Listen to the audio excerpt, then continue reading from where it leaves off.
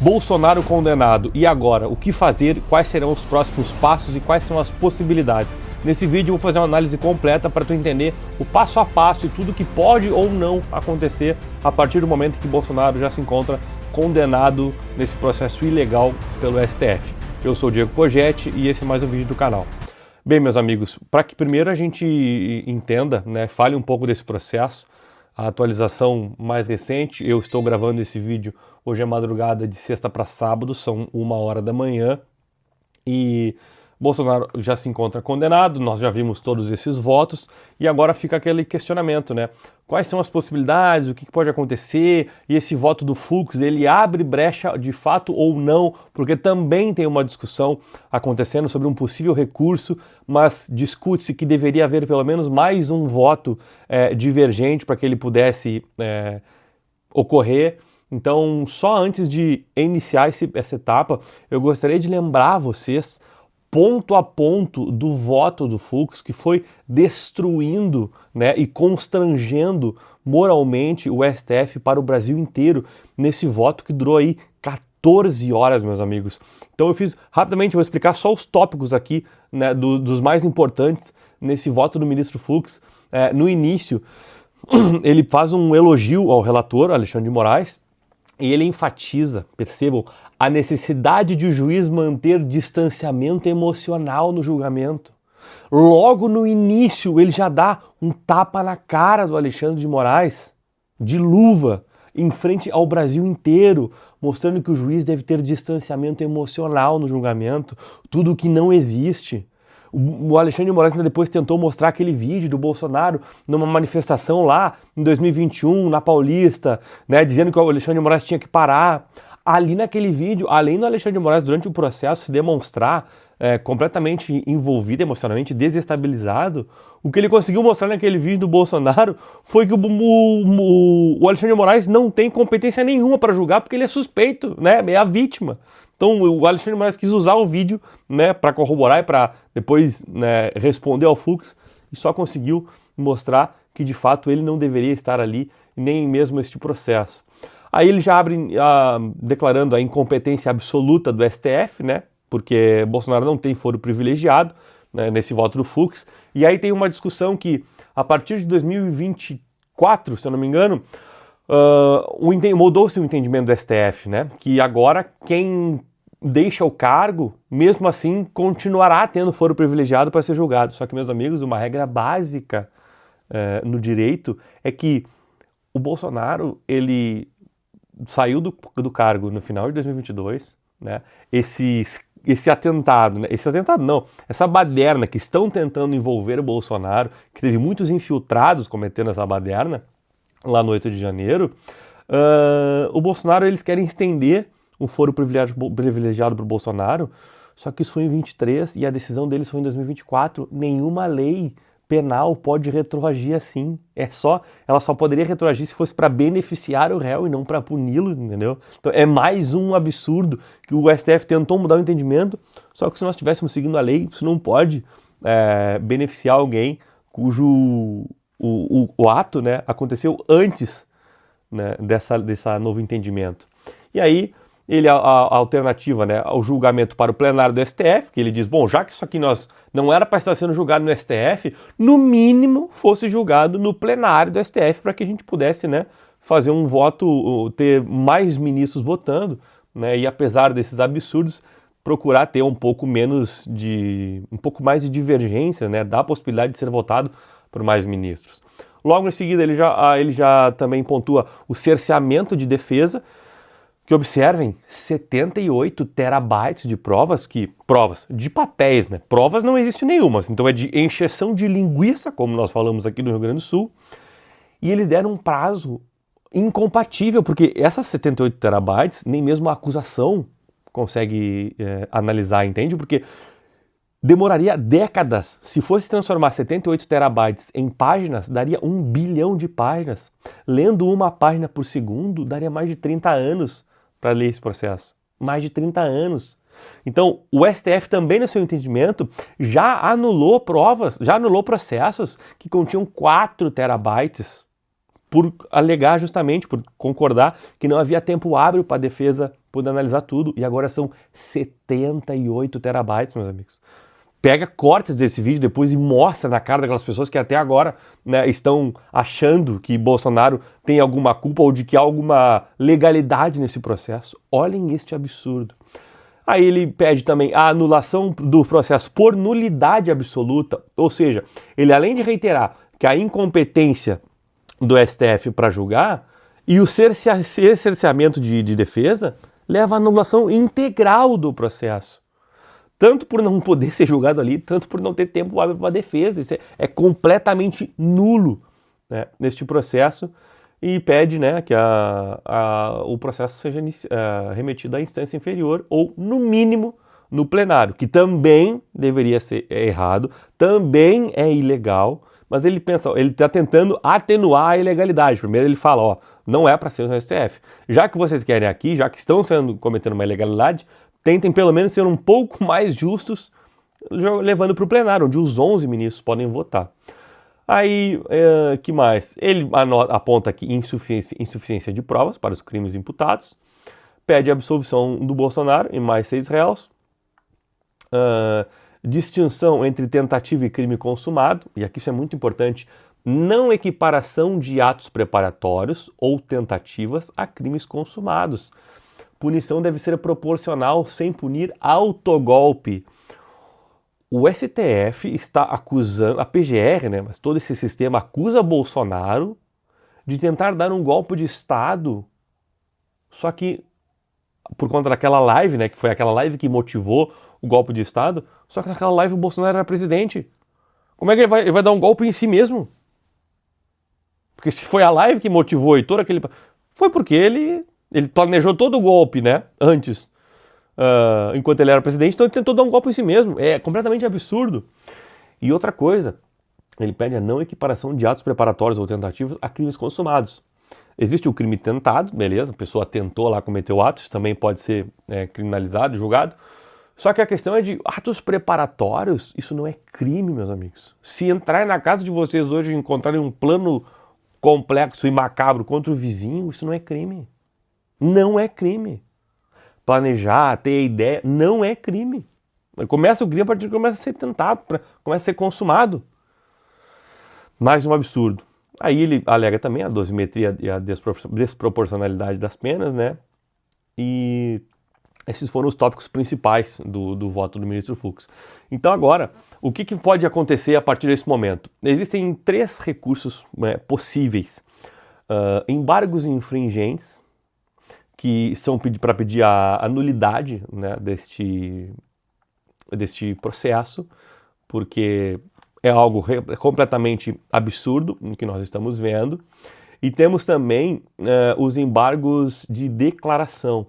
Os embargos de declaração, eles servem para... Eu estou recorrendo aqui a algumas outras anotações, estou olhando um pouco mais para a câmera, já me atentei a não ficar olhando muito para cá ou para baixo, às vezes eu fico anotando, e sim conversar mais diretamente aqui com quem me assiste. Os embargos de declaração, eles são uma contestação a confusões ou contradições ao processo.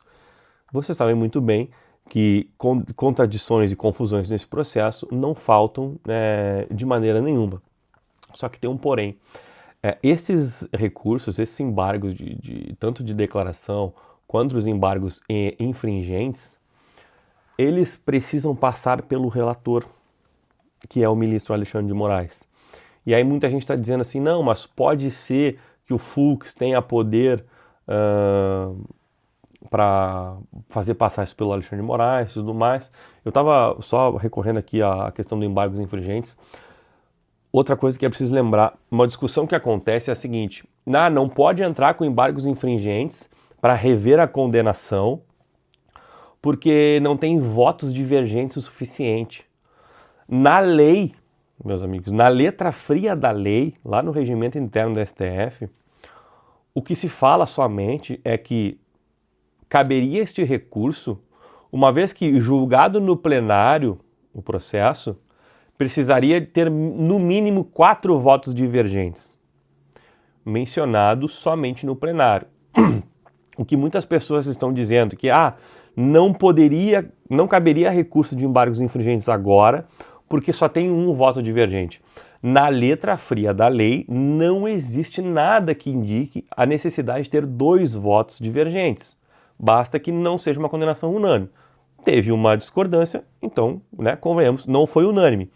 Então, é por entendimento. Existe, eu tinha anotado aqui, mas não vou lembrar onde eu salvei agora, um voto do ministro Celso de Mello, na época, julgando o recurso de embargos infringentes, onde somente ele, né, seria uma jurisprudência, ele diz que acha que é importante que tenha pelo menos 2 votos divergentes. Foi num caso que terminou 3 votos a 2. Então, assim, não está na lei. Seria uma única jurisprudência de um entendimento num processo. É um recurso extraordinário 597.133, que foi julgado aqui no Rio Grande do Sul. Me lembrei de cabeça, se vocês quiserem acessar, aí está o voto do ministro Celso de Mello. Então, não há nada na letra fria da lei. Poderia a defesa, então, né, iniciar esse recurso. Só que esses embargos, eles precisam passar por, tanto de declaração quanto de infringentes, precisam passar pelo Alexandre de Moraes.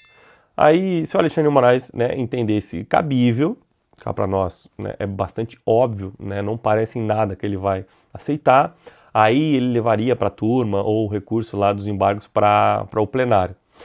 A discussão é que o Fux teria força política para fazer o Moraes passar isso. Também existe uma disputa onde os ministros da segunda turma, aqueles que podem estar com medo de ser sancionado, também querem muito que isso vá para o plenário. Porque tem gente que daqui a pouco quer escapar, quer pelo menos ter a chance de mostrar, ó, eu votei contra esse processo, contra a condenação do Bolsonaro. Então há tanto o interesse do Fux passar esse recurso para o plenário, quanto também de muitos ministros do plenário quererem este processo, para poder julgar lá. Então, ficaríamos assim, em meio de uma disputa completamente política. Aqui nós já não falamos mais de lei, já não falamos, né, não cabe falar de lei nesse processo, é um absurdo, tudo que nós estamos vendo. Então é mais uma questão assim, de força política. O Moraes, será que ele vai realmente brigar contra o Fux e também contra os outros ministros que são seus aliados, mas estão na segunda turma e querem julgar esse processo no plenário? Ou se ele vai realmente abrir uma possibilidade de isso ser julgado lá. Deixem a opinião também de vocês sobre isso aqui. E teria um terceiro recurso, que seria um habeas corpus, que parece que a Câmara dos Deputados está cogitando essa possibilidade. Até vou confirmar aqui agora, porque o habeas corpus ele pode ser impetrado por qualquer pessoa a qualquer tempo do processo. Então, parece que a Câmara já começou, aqui acho que encontrei notícias, a oposição pedirá habeas corpus a Bolsonaro após Fux alegar incompetência do STF. O habeas corpus, diferente dos embargos, o relator é sorteado e aí ele decide monocraticamente se isso, ele pode conceder uma liminar, né? Vai ser sorteado o habeas corpus, ele caiu para o André Mendonça, por exemplo. Qual que é o poder do André Mendonça num habeas corpus? Ele pode decidir pela suspensão da prisão do Bolsonaro, ele não pode anular o processo, não pode descondenar o Bolsonaro, mas ele pode suspender, né, algumas medidas ali, inclusive a prisão do Bolsonaro.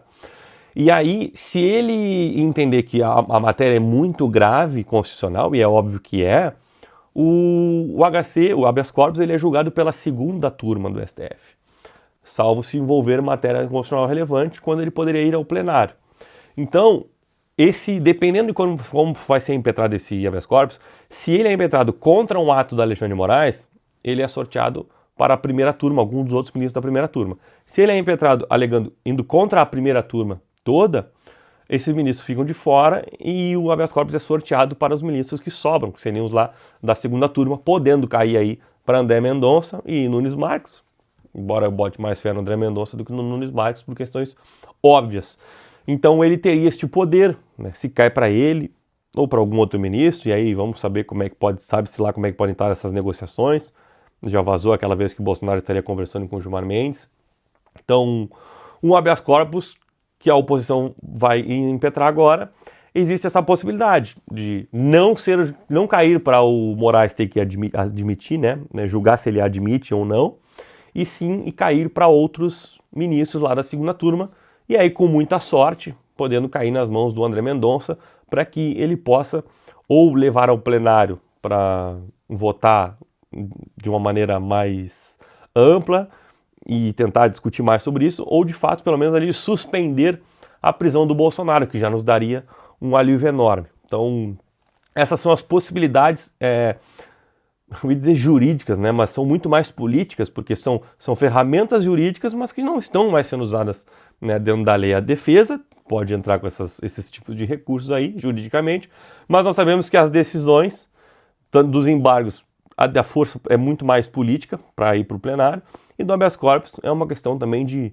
estratégia, dele ser bem escrito, e de uma questão de sorte, literalmente no sorteio, para que ele possa cair para algum ministro como André Mendonça, para pelo menos aí buscar suspender a prisão do Bolsonaro, né, evitando que ele possa ir para um presídio e de fato continuar preso, né, que não importa onde, é completamente injusto e ilegal que o Bolsonaro esteja preso nesse momento.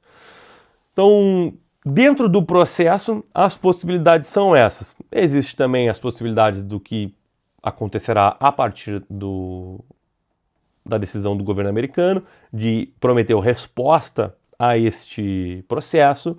Acredito que deva vir na semana que vem, né? Eles estão avaliando, vão ver quais serão as respostas, se vai ser mais alguém na Magnitsky, o que eu acho meio difícil, tá? Sendo bem sincero, porque é um processo muito burocrático, não é simples da noite para o dia colocar alguém na Magnitsky, mas pode ser de repente alguma sanção contra o Brasil ou mais alguma pressão com vistos e algumas outras coisas sobre outros ministros que votaram pela condenação do Bolsonaro, né?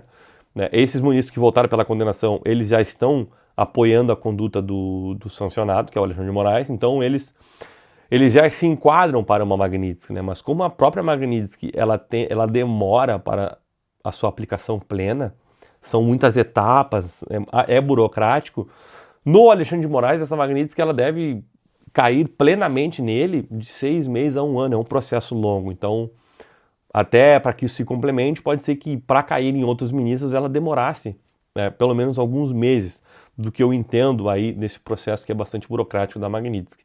Então, resta saber quais serão as negociações. A gente sabe que as coisas acontecem nos bastidores, eu já falei aqui em outros vídeos.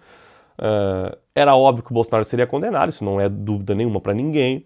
A questão é que as conversas são nos bastidores, né? Se a Câmara vai aprovar uma anistia, eles tentam pressionar o Bolsonaro para uma anistia que anistie todos, menos o Bolsonaro, que não tem cabimento nenhum. Vamos ver como é que vai ser o desenrolar das pressões dos Estados Unidos. E fato é isso. Não é novidade a condenação, não é o fim dessa história. E ela também não, por mais que deixe a gente triste, decepcionado, um pouco abalado, isso não deve ser motivo, né, de fazer a gente desistir de uma luta, porque assim, nós estamos vivos, né, nos rendermos não é uma opção, entregar tudo para eles, bom, chega, eu cansei de lutar, é completo absurdo. E esta luta que nós desejamos aqui para a melhora do Brasil, para a justiça, nós precisamos ser muito maduros, né, adultos e sérios nessa hora, entender, cara, eu não sei se isso não vai acontecer agora, né, o que a gente quer para o Brasil, aqui eu estou falando agora. O Brasil que a gente quer não vai acontecer agora, não vai, a curto prazo não vai, só uma criança vai imaginar isso. Nós precisamos entender que, cara, a luta que eu quero, o resultado que eu quero depende de uma luta eterna. Como o próprio professor Olavo de Carvalho sempre falou, olha, eu vou falar, ele foi muito questionado, professor, o que o senhor está fazendo aí? O senhor acha que pode dar certo? O senhor produz um aluno, eles produzem 100? Mas, olha, o meu papel é fazer o certo, independente do resultado. Então, o Brasil que nós queremos, nós temos que lutar para ver grandes melhoras ainda em nosso tempo de vida. Mas eu não sei o que vai ser. O meu papel é lutar, o meu papel é vir aqui, ensinar vocês a se proteger, ensinar vocês a fazer análise, entender o que está acontecendo, como tomar a melhor decisão, nos ajudar as pessoas a terem mais entendimento sobre o que acontece, falando de uma maneira mais simples para que isso possa abranger outras pessoas, porque o nosso papel agora, que estamos assistindo esse vídeo, que estamos entendendo que fazemos parte desta bolha, o nosso papel diário agora é despertar outras pessoas, porque somente quando nós despertarmos mais pessoas, seja no nosso trabalho, na nossa faculdade, na nossa família, dentro do que a gente pode fazer, levar para outras pessoas para também poder indignar outras pessoas a partir do momento que a gente mostra a realidade para elas. A nossa manifestação do 7 de setembro, ela foi muito legal se comparada às últimas, mas muito fraca se comparada à de 2021 e às da época da Dilma. E o brasileiro, como também o professor Olavo sempre falou, ele só reconhece duas coisas como valor, o dinheiro e a saúde. Então, a menos que ele comece a perder um desses, ele não está muito preocupado com o que é liberdade, porque ele nunca teve e topa perder isso para não perder dinheiro e saúde. Então, nós precisamos mostrar para essas pessoas para levar a indignação a mais gente de tudo que está acontecendo no Brasil e a gente começar a iniciar essa nova mudança. Eu venho muito... o que aconteceu com o Charlie Kirk nos Estados Unidos mexeu bastante comigo, me deixou muito pensativo, e da mesma forma, assim, claro que a gente fica abalado vendo ali o cara com filhos e tudo mais, é lamentável o que aconteceu, é trágico, a imagem é horrorosa, a pior imagem que eu já vi de alguma pessoa, né, nesse momento, assim, de sofrendo um atentado. Mas ao mesmo tempo, essa indignação ela gerou uma energia em mim que eu quero canalizar assim para, cara, nós precisamos iniciar um movimento de mostrar, né, essa revolta que nós estamos tendo contra esse sistema, contra esses comunistas, contra essa oposição a nós, que não é uma posição que está diametralmente oposta, porque nós, enquanto estávamos defendendo debates, né, debater com essas pessoas do direito à fala, essas pessoas estão cometendo atos muito piores. Então nós não somos nem diametralmente opostos a eles. Então eu estou muito concentrado nisso e quero falar mais, tanto no meu Instagram quanto em outros vídeos aqui. Tudo o que eu estou pensando e planejando para que a gente possa de fato iniciar um novo movimento e ganhar força, porque as pessoas não podem mais ficar acuadas, não podemos mais ter medo e não podemos ficar tolerando absurdos. Nós não temos que tolerar mais absurdos e não podemos mais ficar quietos para isso.